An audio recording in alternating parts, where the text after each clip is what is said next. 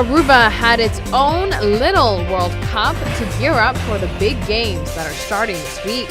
Plus, in today's lifestyle segment, new research suggests that a man's face has evolved over time to take punches. And younger girls are encouraged to pay more attention to their health and body. 15 on 15 starts right now. Thank you for watching. I'm Yentl Lieuw. Globally, around the world, including the island, everyone is gearing up for World Cup. Over the weekend, Aruba had its very own little pre-celebration with Mundialito, small World Cup. Men between roughly 30 to 60 years old were eligible to participate in Aruba's mini World Cup. Across the island, 8 different nationalities were able to form a team. The finals were played on Friday and Saturday at Centro de Barrio Tacota. The big game was between Aruba versus Peru. The team of One Happy Island beat out Peru by 1-0. The purpose of the organized mini soccer event is to bring the community closer together. Mundialito was hosted for the first time in over 20 years. The winners won a trophy that is the replica of the World Cup trophy. The intention is to host Mundialito every 2 years. Prime Minister Mike Amon and Minister Dowers, who is from Tacota, kicked off the finals.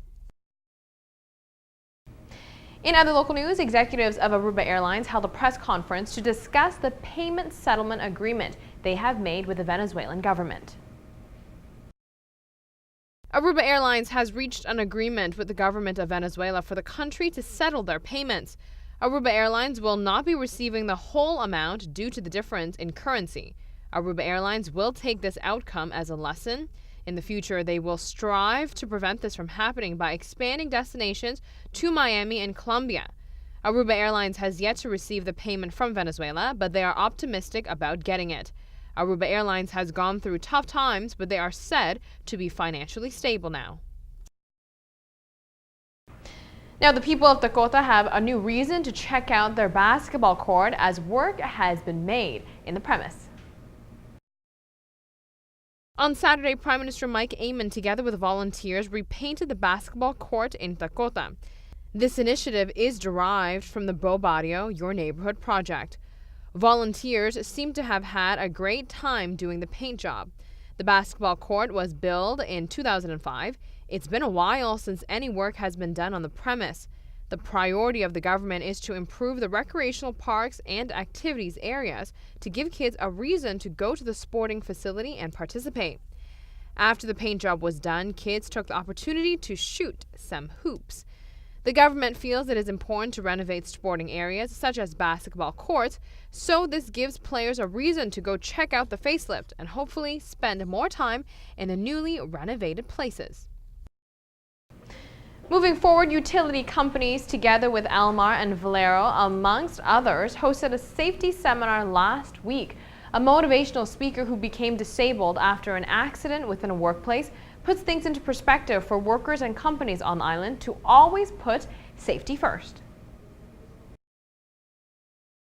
Bill Robbins has learned to live without hands. Employers and employees both have a role to play when it comes to ensuring safety in a workplace. He gives the people on the island who are living with a disability a few words of advice. One day at a time. They have to take it one day at a time. Try to learn something new every day. That's what I do. I'm still learning how to do things. And the harder it is, the longer it takes. And, there are some things that you're not going to be able to do, but not too many. There's a way to get around everything. And people, they look at me and they say, well, how do you drive, Well, driving's easy. Try unscrewing a light bulb. That's when it starts getting hard, Simple things, simple things. Don't go anywhere, because when we come back, we'll talk about how a man's face has evolved over centuries to take punches in a fist fight. Also, are you more stressed at home or at work? The answer behind this one may shock you. And robots are known to be heartless and emotionless, but the latest technology says not only do they feel, but they can make you feel better. All that and much more coming up, so stay with us.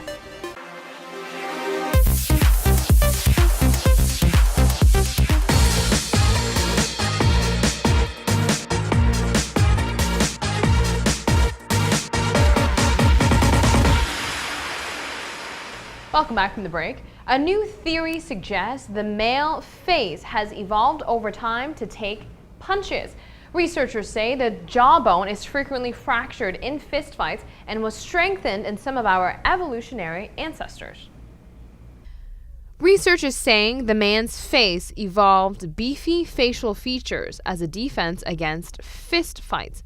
The bones most commonly broken in human punch-ups also gained the most strength in early evolution.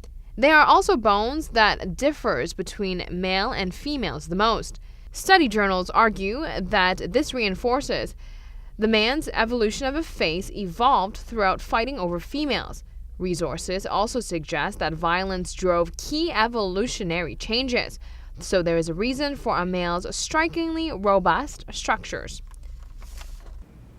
For many years, this extra strength was seen as adaptation to a tough diet, including nuts, seeds, and grasses. But more recent findings examine the wear pattern, which has cast some doubt on this feeding hypothesis regarding a male's facial structure in its jawbones.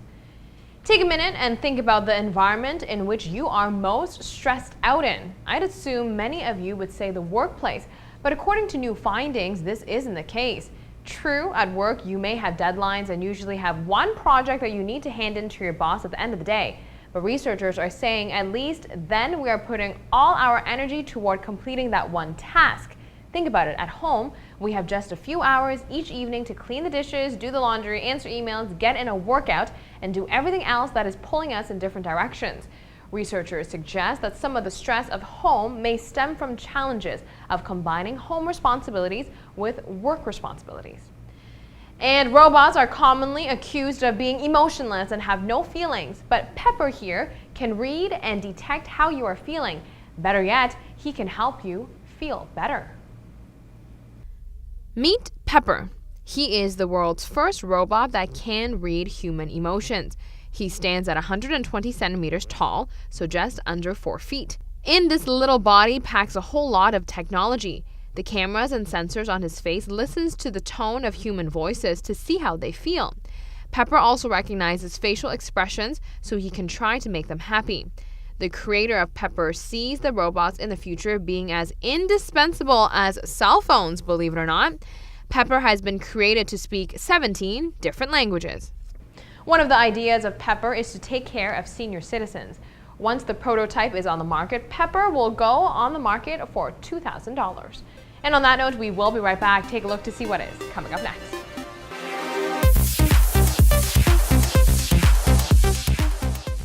The age of developing breast cancer is being discovered in women at an earlier age. A breast self-examination session organized by various foundations on the island encourages women of all ages to attend in order to learn more about their body and to properly self-examine their breast for lumps or other abnormalities. Health is important at any age. Every woman should be careful when it comes to their health. Representatives from the Women's Club of Aruba and Mary Joan Foundation warns that breast cancer development is starting at an earlier age. For me, as a young lady, it is important to make sure that my health is good, in a good state.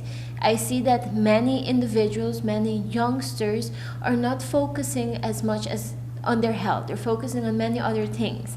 And we're seeing that the percentage of breast cancer is lowering in age. Cancer does not discriminate, nor in men or women, but age doesn't matter. The goal of the self-breast examination session is for the women to better understand their body. The informative event is not geared to women of a certain age group. It is for all women. Looking at the numbers that are decreasing within ages also, I think it is important that youngsters can also know how to do self-breast examination, know how their body actually functions. And with the project of Siya Pabubiba, you can actually get the opportunity to know how to do it adequately, to know if something is good with your body or not. So we can refer you to other instances so you can be helped within time. It is important to educate the younger demographic of ladies on the island. In case girls are taking their health for granted, they should be warned that sometimes it is necessary to make lifestyle changes in order to stay healthy. as a young person, it is important to reach others, and that is why as a young social worker working at Mary Joan Foundation, we strive to bring information to everyone, focusing on their health in general also, because we're seeing that many diseases are emerging, and breast cancer, as Ms. Ruby has already told you, that it is one of the diseases that is taking over. Breast cancer is a high rate, has a high death rate amongst women, and it is important for youngsters to be aware that this might be them, and they need to change their lifestyles. They need to eat healthier, do sports, and be more active in their life and engage in more healthy activities. The self-breast examination sessions will have female doctors on the island properly informing attendees on how to check their breasts for lumps or abnormalities. This takes place this coming Saturday at the Dr. Horacia Oduber Hospital from 10 a.m. to 2 p.m. Later on this week, Consuela from the Mary Joan Foundation will also discuss why self-examinations are better than going to see a doctor. That is it for us today. Thank you for watching. We'll be back here Tuesday night with all the latest in lifestyle topics as well as on the island. We will see you then.